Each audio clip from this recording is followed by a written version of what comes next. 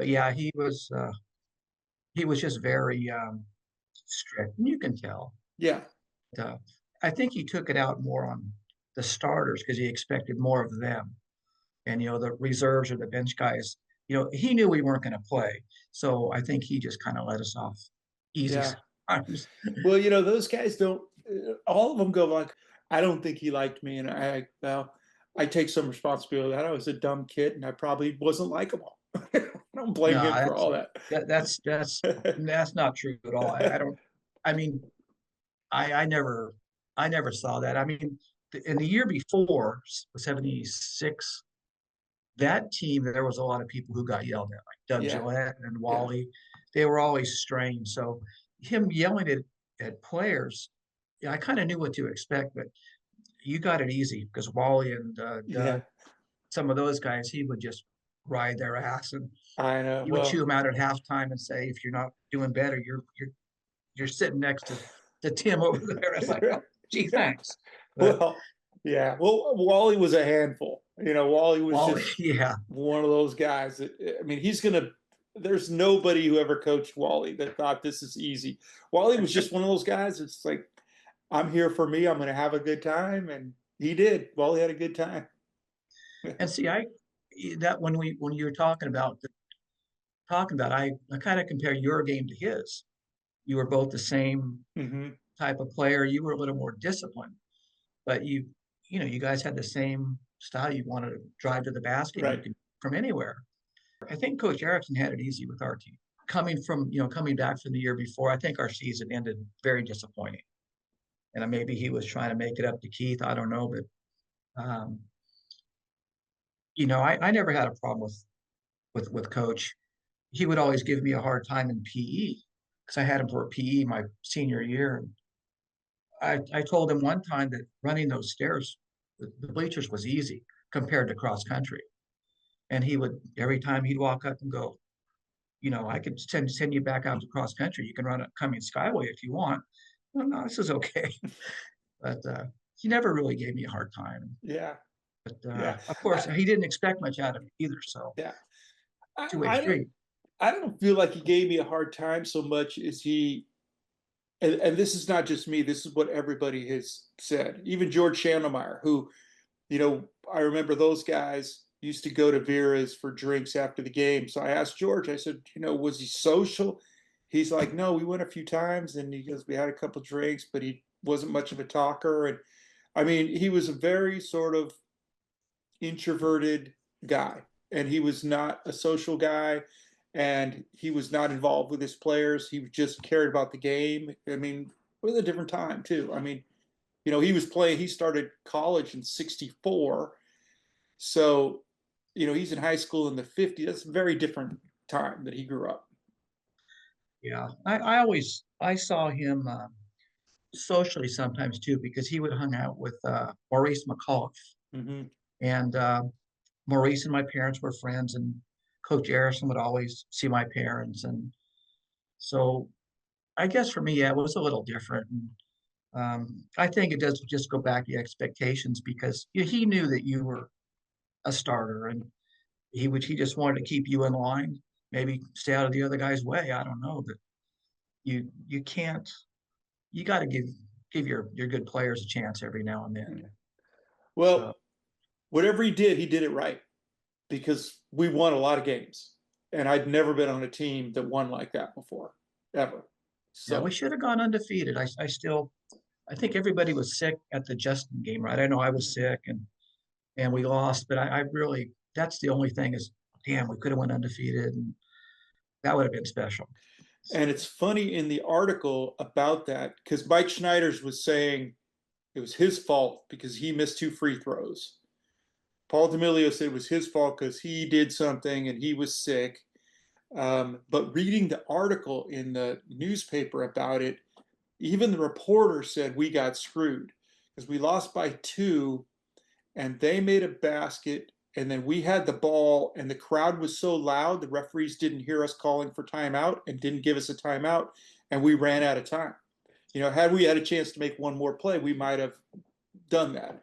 Um, but we avenged those losses. And in St. Helena, we lost that game in the tournament early in the season, and we came back and beat them badly a week later. And then the final game, it's just like they were just too big for us. It was a bad matchup. Who did we lose to? Was it Ripon or Denaire, Denaire? I was trying to yeah, think who we lost to, and my yearbooks are crammed somewhere in yeah, the garage. But Denaire, I don't even yeah. remember the name of it. Who We did we beat in the first playoff game? we beat Livingston. Livingston. Yeah, and then we lost to Denaire. And Denaire, this is what was the confusing thing is how Vanden got to end up playing for the championship game. I don't know how that happened. I mean, they ended up coming second. We came in third, and we had a better record than they did. So it didn't make any sense. But Denaire beat Vanden pretty good. That's So good. yeah, right. They were just too big. They're just big farm boys, as I remember. And Vanden, with their great athletes, could not, you know, do anything with those guys. They were just huge. So And I don't remember the team we lost to. I know the team that we beat at home, right? We won the first playoff game at home. Actually got into that game for about a minute 20. So, but I don't remember the game we lost at all. I just, yeah, well, the season's over and that's and it. yeah, I don't think anybody did very well. I think I scored 3 points. I think Keith scored 10. I think Ralph might have scored 12. I mean, we had a bad game at the wrong time, and it's bound to happen. It's just too bad it happened on that time. But I was still coming back from that injury. I sprained my ankle midway through the season, so I never think I really, I don't think I've had very many good games after that. I think I was, I still, that ankle still bothers me. So Yeah. It just means you're getting old. Just thankful that was lucky enough to play 3 years at John Swett. Um, I enjoyed every minute of it. I just wish I would have been more skilled and maybe more mature to have gotten another opportunity, but that's just the way it works out. So I think my opportunities came after I left high school. But, yeah, uh, I had a good time. Learned a lot. can you talk about when you started playing basketball and when that love, if there was love of basketball that carried you into wanting to play in high school? Well, I started liking basketball like at an early age because we would always go to the Warriors games and the ABA team, I think it was the Oakland Oaks. So we got to attend a lot of games, and I just loved sports, basketball, and baseball. Whatever season rolled around is the sport I played. And of course, in grammar school, I went out for the team and didn't make it. And I've always just loved basketball, just watching and trying to play it. So it's been a lifelong deal. Can't watch it now though. You can't watch now. It's a tough thing to watch. It really is. Even watching the Warriors just throw up those 30-footers is just. Sometimes I'll go back and I'll see on the TV a game from the '80s, and I'll flip that on and go, "That's basketball." Whatever they're doing now is something Yeah, different. yeah. I don't disagree. I watch the games and I just feel like it's almost my duty to watch Steph Curry because he's so Yeah, amazing. I just yeah, feel like, we're not going to get a player like this. So I watch a lot just because I want to remember, seeing this guy. You yeah. know, I had season tickets to the Warriors all through the 80s and into the 90s. So, I saw Jordan and Bird and I saw all these guys come through. So I've seen the greats and I can put him up there because I've seen them all, and it's really incredible to watch. Do you remember about any expectations you had of the season that year before it started? I just wanted to make the team, and as you talk about Coach Erickson and Coach Leroy, they were always very supportive, and it kind of goes back to my junior year actually when I wasn't going to go out for the team because as a sophomore I played for Coach O, and he was just an ass and never instilled any confidence in his players. But about 2 weeks before my junior year season started, Coach Erickson he kind of pinned me down one day after PE, and he goes, practice starts in 2 weeks. He goes, I expect you there. And I told him, I said, well, I can give you 5 reasons why I shouldn't be on the team. And he goes, I don't want to hear it.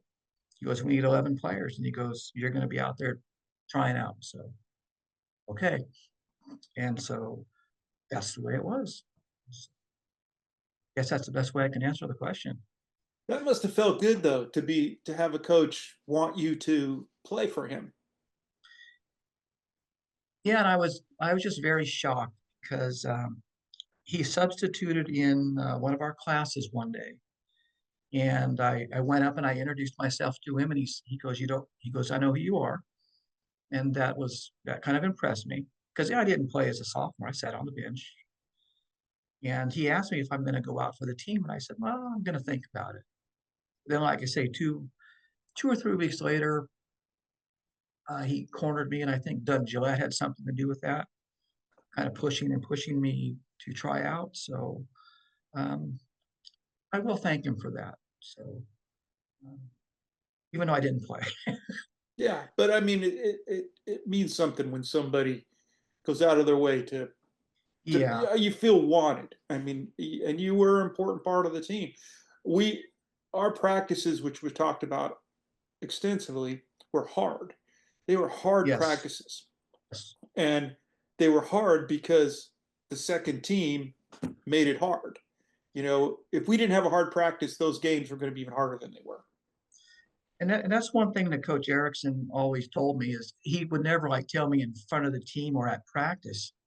He would always tell me like he'd see me in the hallway or see me after PE, and he goes, I want you to bust your ass. And he goes, I want you to make Paul D'Amelio work hard. And I go, are you kidding? I said, I can't even get past him. And but he says, no, you just keep doing what you're doing and make him work. I go, okay. But of course, Paul was so good you couldn't get anything around him. So, but yeah, he was always very encouraging and thankful for that. Did you have any thoughts of any very specific games of that season? Well, I think the one that everyone points to is the Vanden game. It seemed like for me, the whole 2 years was encompassed into that game. The atmosphere was, unbelievable. But for me, the the end of the game, the last sequence is what I'm always going to remember. I don't know if you remember or anybody else, but um, we were up by 2 and Vanden had a chance to tie it, right? So they called timeout. Everybody in the gym knew where the ball was going.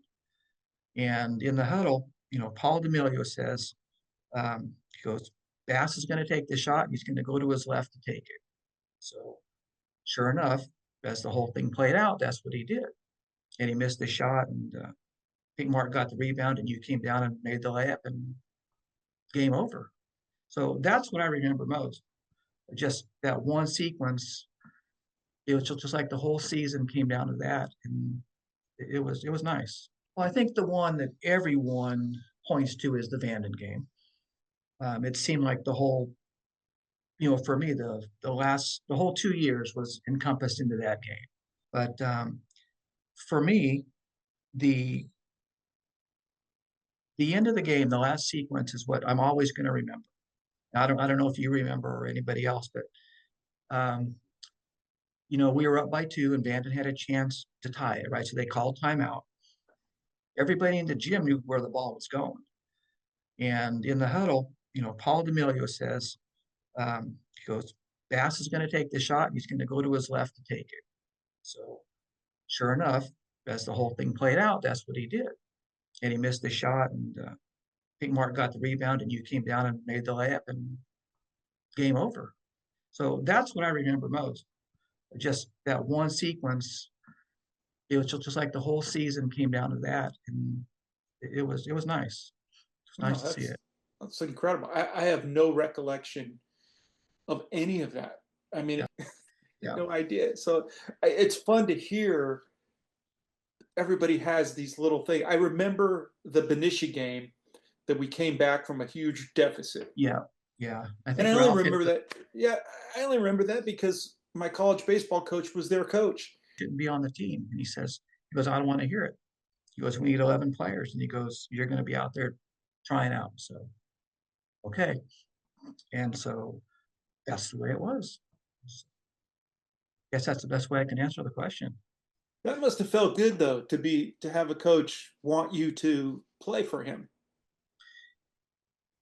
Yeah, and I was just very shocked because he substituted in one of our classes one day, and I went up and I introduced myself to him, and he goes, "You don't," he goes, "I know who you are," and that kind of impressed me because I didn't play as a sophomore. I sat on the bench, and he asked me if I'm going to go out for the team, and I said, "Well, I'm going to think about it." Then, like I say, two or 3 weeks later, he cornered me, and I think Doug Gillette had something to do with that, kind of pushing me to try out. So um, I will thank him for that. So um, even though I didn't play, Yeah, but I mean, it means something when somebody goes out of their way to yeah, you feel wanted. I mean, and you were an important part of the team. We our practices, which we talked about extensively, were hard. They were hard yes, practices, yes. and they were hard because the second team made it hard.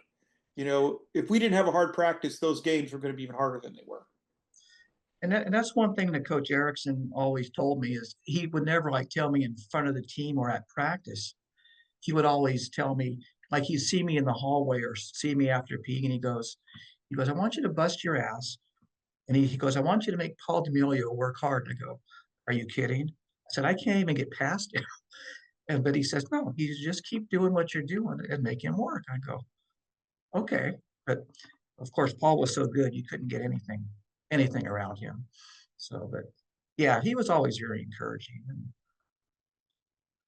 thankful for that. Did you have any thoughts of any very specific games of that season? Well, I think the one that everyone points to is the Vanden game. It seemed like for me, the whole 2 years was encompassed into that game. The atmosphere was, unbelievable. But for me, the the end of the game, the last sequence is what I'm always going to remember. I don't know if you remember or anybody else, but um, we were up by two and Vanden had a chance to tie it, right? So they called timeout. Everybody in the gym knew where the ball was going. And in the huddle, Paul D'Amelio says, he goes, Bass is going to take the shot and he's going to go to his left to take it. So sure enough, as the whole thing played out, that's what he did. And he missed the shot. And I think Mark got the rebound and you came down and made the layup and game over. So that's what I remember most. Just that one sequence. It was just like the whole season came down to that. And it was nice. It was No, nice to see it. that's incredible. I played so many games after that. I you know I have no recollection of those individual games. I mean, Saucedo has this computer-like mind where he's Yeah. like, there were 3 minutes and 13 seconds left, and we passed it to Ralph, and he passed. It's like I didn't even remember that team was in our league. Yeah. No idea. So it's fun to hear everybody has these little things. I remember the Benicia game that we came back from a huge deficit. Yeah. Yeah. I And think I only Ralph hit remember that, yeah, I only remember that because my college baseball coach was their coach. And he used to, like, I can't believe it. I mean, weekly for 2 years, I played for this guy and he's telling me a story. And everybody we ever met, he's like, come over here, I got to tell you a story. And I'd come over there and he'd be telling them, he goes, these guys beat us on the worst loss I ever had. So it was fun to hear that. But my recollection of it is wildly different because Keith got the scorebook and he's gone through it and sort of recreated it. And he wrote an essay recreating the entire scenario. I'm like, I don't remember any of that. So that's the game that Ralph hit the half court shot, right? Is that to win it? Is that um, was that the game that or was Benicia at home. right at home? But we beat them We there. beat We them. came back. Yeah, Yeah. that was the infamous game. And so anyway, so this has been a lot of fun for me to hear everybody's various thoughts. Grant Grafani was like, well, I didn't play very much. And he says, I do remember playing at the Athenian school?" And I go, "Yeah, I remember you got in a fight and got kicked out of the game." He's like, "Did I get in a fight?" Like that's I said, "That's the one thing I remember about you in that season is you got in a fight." So he didn't remember that. And then other guys are like, "Yes, I remember you getting in a fight." It's just so funny what we remember and what we don't. It's just Well, that's the only game the reserves really got to play, right? Because the starters were up like 20-2 or something after the first quarter. And I think Coach Erickson says, "No, we don't embarrass them too much, so we'll just put the second team in." So, but yeah, it's like I enjoyed being on the team. I enjoyed just watching. That's really the as I step back in life, I just understand how it was a team and how Coach did, kind of mentor everybody, I guess is the right word. But it was a fun time. So yeah. And I mean, there's like I said, I don't think we would have done it without him. And he's certainly the best coach I ever played for. And a lot of things that he did when I started coaching, I thought, this will probably work. I just can't yell and scream at these 12-year-olds while while we're trying to run this offense. But we did a lot of the same things. Um, coach sports for years, and it's different. I mean, I was it's funny because I was more of a players coach, right? So I wanted all the kids to have an equal opportunity. mhm. Maybe it's because I didn't feel I got one, but then as the kids get older, right, the parents are going, "Hey, my kid's ready for the majors," and I go, "Dude, come on." Yeah, I stopped at the travel team level because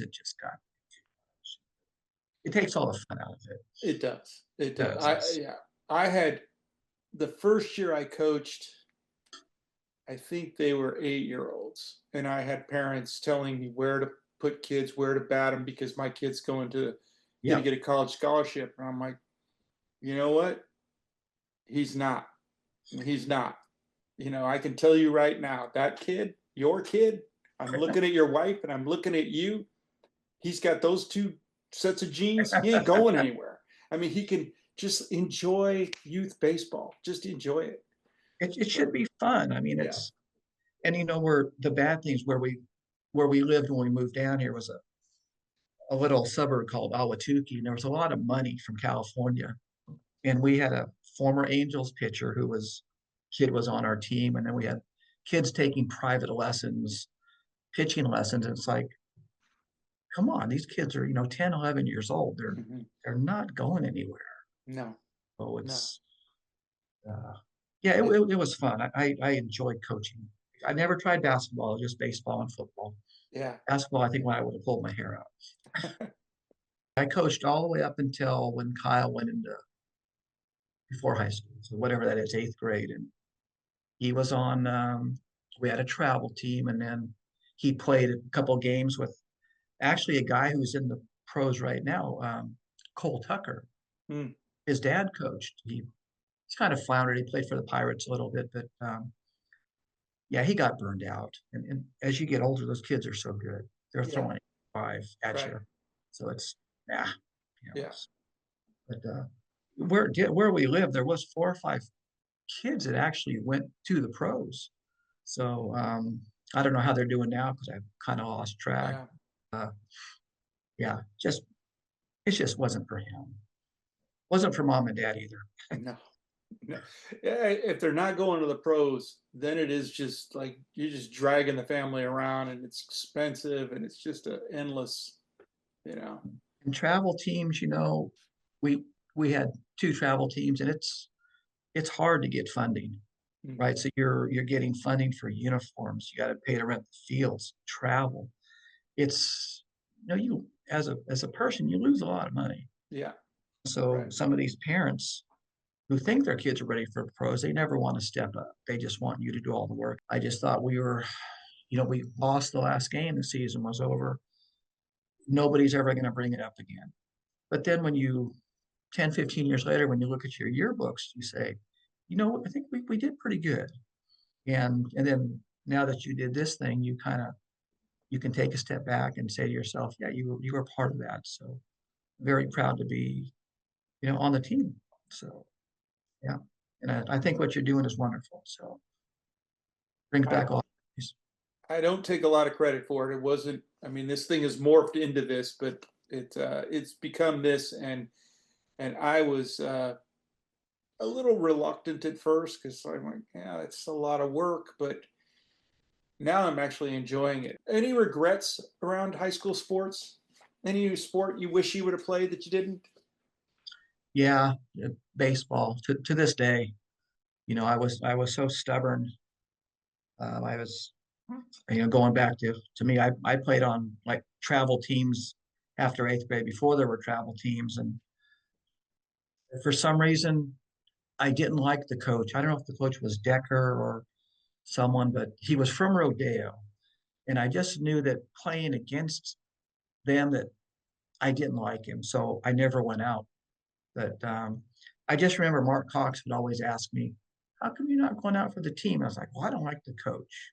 So yeah, that's stupid me. Yeah. So yeah. And I wish I would have never ran cross country. That was a pain. That was that was awful. Now, did you run cross country because you wanted to, or was that Myron saying, go do this to get in shape? Yeah, sort of. He didn't tell me personally, but he told Farnham. And one of my best friends was Jesus Lorea. I don't remember how to pronounce his name. Loera, yeah, I remember Yeah, him, yeah. but he was like one of the best cross country runners. He and Tracy Adams. Hmm. And Jesus goes, we would run a mile or two, and he'd say, "Come on and go out." But now you're running 5, 6, right, at a rapid pace, and it's like this ain't for me. But I wasn't going to quit. But Farnham would always bust my ass. He goes, "Come on, you need to run up that hill. Better to run up those damn bleachers." And I go, "Okay, whatever." But I hated cross country. Yeah. They Farnham tried to get me to run cross country. I Oh, think Myron did too, and I just like no. And what I did, I said, I'll be in shape, hot. hot and it just to me it was always just dangerous, right? You're running up Cummings Skyway. You're running on the old road to Port Costa, right? I mean, there's cars but I just didn't feel it was good for your body to be put under that much stress. But the guys when we went to the other meets, them guys were serious, right? They were Mhm. running I don't know, 20 minutes or something in the whole race. And I'm coming in at 35 and but I hated it. I'd go home and I'd tell my dad, I'm not going to another meet, but I'd show up like an idiot. Then I ran it my senior year, which is more stupid. So just But no golf. You didn't want to play golf in high school. no, I was not very good at golf. We didn't. I did. My dad really didn't spend a lot of time with us when we were kids, and golf cost money. He didn't like to Mhm. spend money, so I I more took up golf after high school. And maybe it was that we didn't all hang out, that we came together for one thing.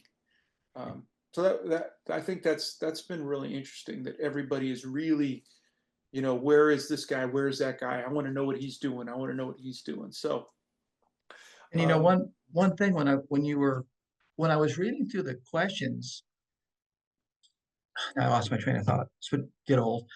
It was like, that was one of the things. There was compared to the year before, there were no egos. You know, Everybody showed up for practice. We showed up on time, right? We practiced hard, but everybody knew who they were, what their role was. Keith was a star. Everybody knew, but there were never any arguments. right. I think we just made it so easy on the coaches that it just flowed. Like very businesslike, and that's kind of the way I look at it now. Um, yeah, it's good to go back and look and see what all transpired. I haven't seen any of you guys, and it's incredible that time has just disappeared like that. Well, when you mentioned last time that he had went to Hartnell, I did remember that because I kind of when I was out of high school, I was kind of watching where people were going, and I got Keith confused. I thought he went to LMC, but I guess he went to CCC. But I saw something in the newspaper where they had claimed he went to LMC where he was going. So he might have won. right, He might have, but he ended up going to Contra Costa. So right, because a lot of the when I tried out for DVC, I think Doug Gillette, there was someone else from John Swett that it was trying out also, and they would always tell me, "Goes, we're going to go to Pittsburgh, and Keith is going to be there," and it's like, okay, sounded fun, but you kind of lose track. And I did hear Ralph went to Central California, the school down there, but everybody else, yeah, I never knew what happened. So, and what we found out in this is Ralph's roommate at Hartnell was Eddie Sheff from Benicia. Fred Bass was a really good baseball player, and I played against him in college. He ended up getting signed. I think he made it to maybe single A. There was a couple guys I played baseball against from Rio Vista that ended up in the NFL. A couple of brothers. But some of those guys that we played against, Maldonado and those guys who were big stars, I don't know that they went anywhere. I played with at Napa a couple guys from Vanden. We played together, which was funny because one of these guys I remember fighting with several times at Vanden. His name was Terry Cofield. He was a real pain in the yep, ass. yep, yep. And we ended up becoming pretty close friends at Napa. I had no idea. And then Myron left, and my senior season was a disaster.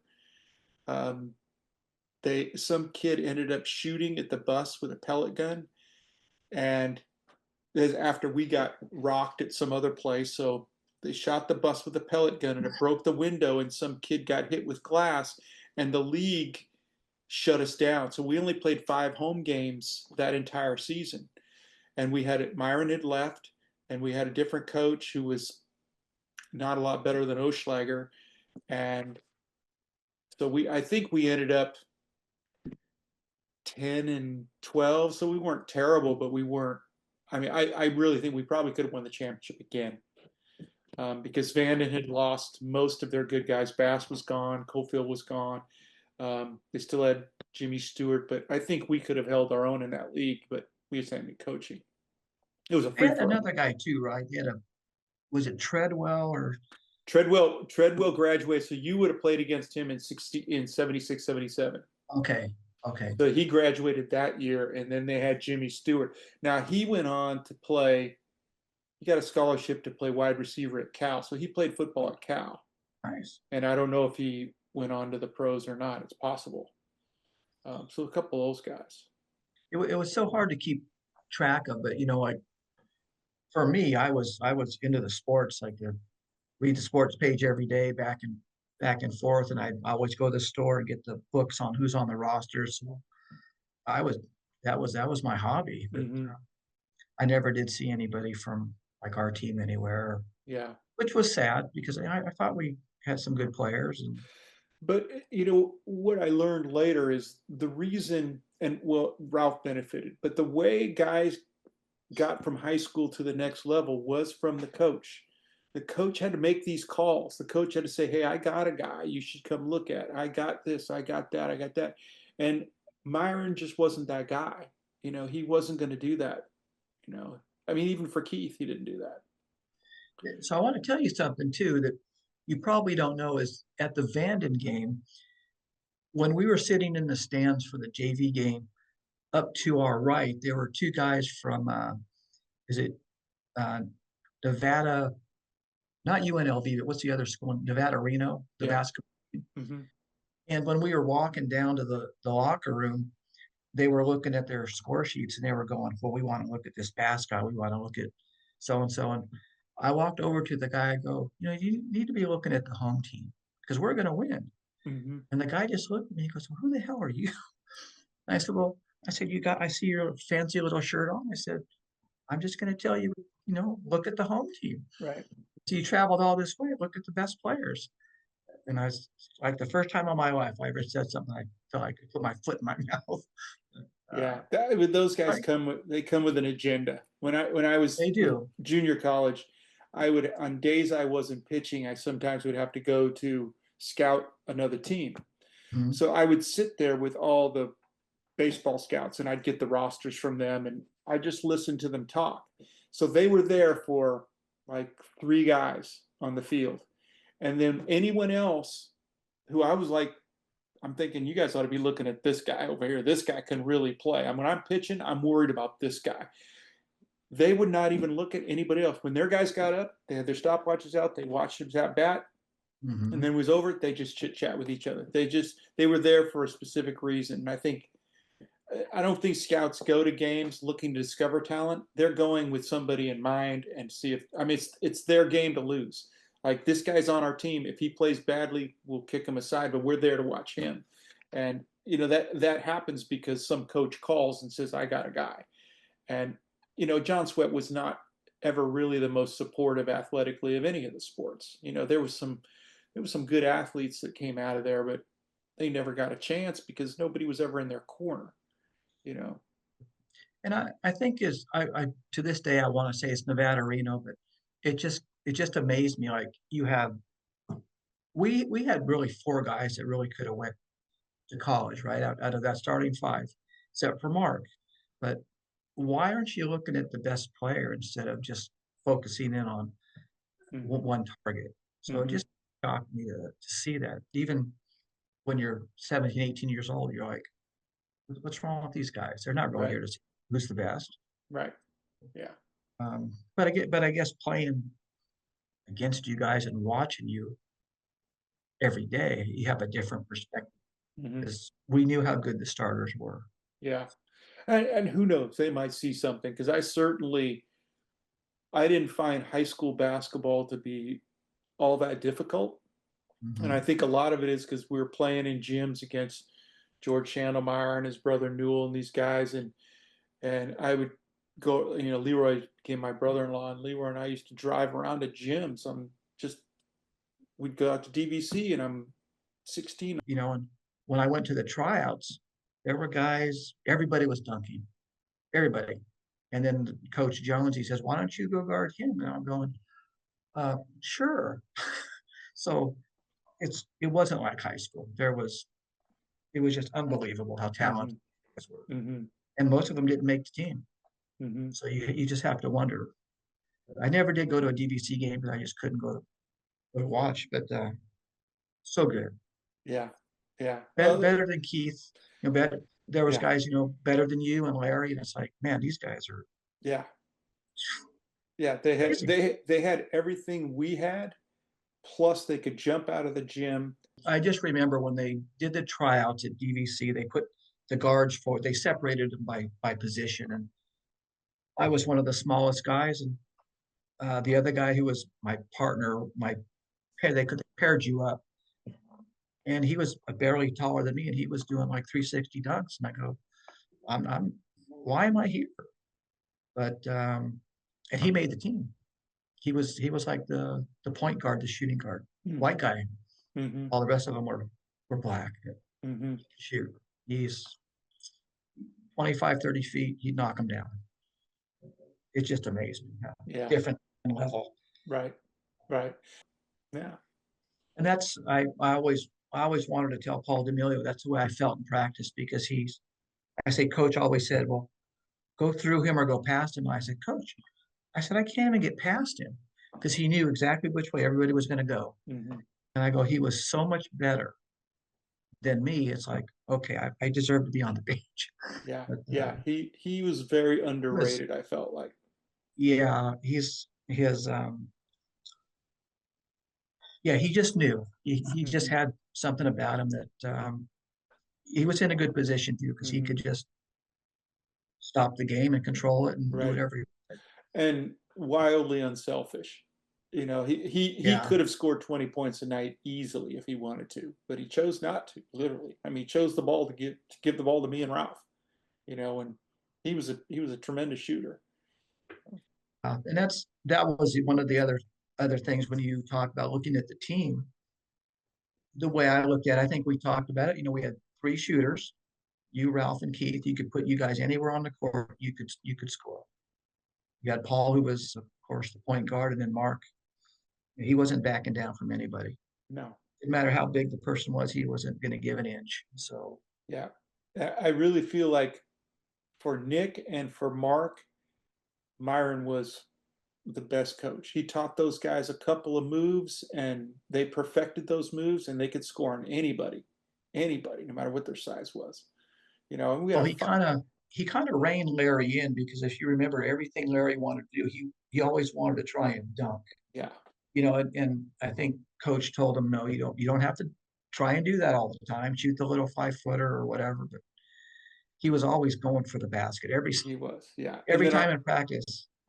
when I look back, I don't look back at no home games or shot the bus or this, that. I look like, hey, we score. I mean, we lost, Tim, that season we lost to Vanden 120-98 my senior year in a 32-minute game without a shot clock and out the three-pointer. That's a lot of points for a high school team. So I know that Nick and we must have been shooting the lights out, but we weren't guarding anybody. So that's one game I do remember that it's like, my God, that's a lot of points. You don't see high school teams scoring like that now.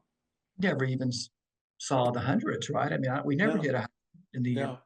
But even our year, I think we averaged 74. High school teams now don't average 74 because they're all shooting the three-pointer and their right, percentage is so bad. Our bad percentage shots for me would have been maybe with a three-pointer now, but probably a 17, 18 footer, top of the key, Paul would shoot, Keith on the wing. But our shots, Myron was not putting up with, bad shots. right, yeah, yeah. You were always out on the. To me, it's on the left-hand side, Yeah, I was always and on the then left. Ralph's favorite shot was right there at the corner of the key, right, the little Mm-hmm. 15-footer. He would hit that 9 out of 10. And Myron used to yell at me, I think, because I really love to go to the basket. So we're on a fast break. I'm going. And he liked to play fast, but pull it back if it wasn't there. My philosophy was let somebody get a rebound if I don't make it, just going in. So that was, But the year before, Ralph never had that shot. mm, In the junior year, he didn't have that shot. I think he worked all summer on just that one shot. mm-hmm, But I don't know why we slowed down so much. But yeah, we were a very controlled offense. mm-hmm, I a lot of times I think that's maybe was for Keith, right? Set it up for Keith. mm-hmm. But um, yeah, I Yeah, just thought we had four guys who could really, light yeah. it up. But Keith would have to be the trailer if he was getting the rebound. But I think he did slow down because Keith was going to be the number one option. Yeah, it was very methodical. And I always wondered that why.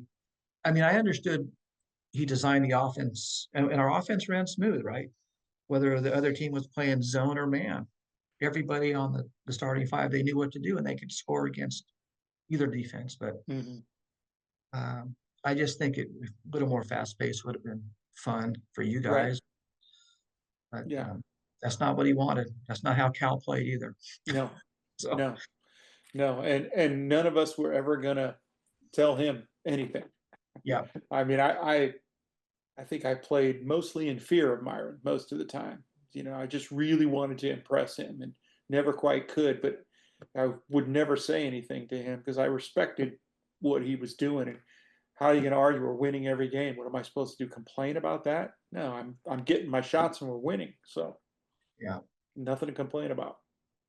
So yeah. And I've tried to look up articles on Coach Erickson, but they're few and far between at I got Cal. a I got a ton from his high school Where did he um, go to high school at? up in the Chico area. Oh, He okay. he was all Northern California. He was all everything, scoring 30 something a night. He was everything.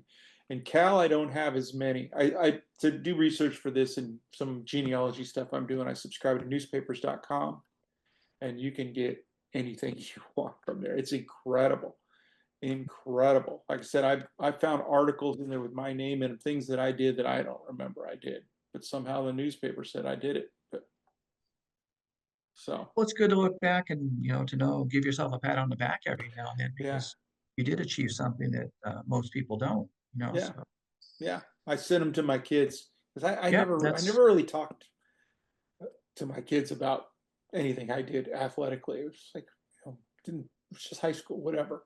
But now I'm 50 running this years little ago. thing. Yeah, I run this little thing and I send it to him. I go, hey, your old man wasn't as bad as you think. Yeah, I'll probably let Kyle watch it. He's 31 now, so and he's seen the pictures in the yearbook, and he says, "Did you score a lot?" And I go, "Yeah, bro. I think I scored 2 or 4 points one year." And he goes, "Well, how come?" He goes, "You're so good now, but why weren't you good back then?" I go, "Well, small, skinny, immature." I said, "You want more reasons?"